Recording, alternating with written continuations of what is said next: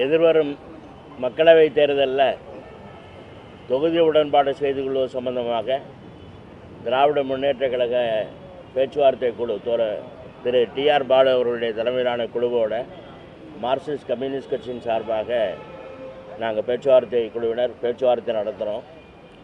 பேச்சுவார்த்தை ரொம்ப சுமூகமாக இருந்தது. இருதரப்புமே மனந்திறந்து எங்களுடைய கருத்துக்களை பரிமாறிக்கிட்டோம். ஒவ்வொரு கட்சியுமே கூடுதலான இடங்களில் போட்டியிடுவதற்கு விருப்பம் இருக்கும். நாங்களும் கடந்த தடவை விட கூடுதலான இடங்களில் போட்டியிடணுங்கிற எங்களுடைய கோரிக்கையும் முன் வச்சோம். பேச்சுவார்த்தை சுமூகமாக நடக்குது.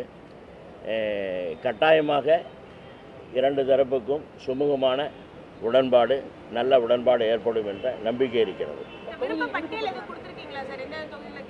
அதெல்லாம் பொருத்தமான நேரத்தில் கொடுப்போம். கோவை வந்து கூட்டணி கட்சிகளும் சில கேட்கறதா சொல்றாங்க. இந்த கோவை இப்போ சிட்டிங் எம்பி கோவையை கூட்டணி கட்சி கேட்கறதா சொல்றாங்க. ஸோ அது எப்படி? அது பலரும் கேட்பாங்க.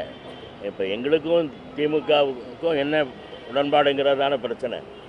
அதனால் அதை பற்றி எங்களுக்கு பிரச்சனை இல்லை. யாருக்கும் எந்த தொகுதியும் அவங்கவுங்க பதிலை கேட்பாங்க. எங்களை பொறுத்தளவுக்கு நாங்கள் எங்களுடைய கருத்துக்களை திமுக தலைமையிட்ட சொல்லியிருக்கோம்.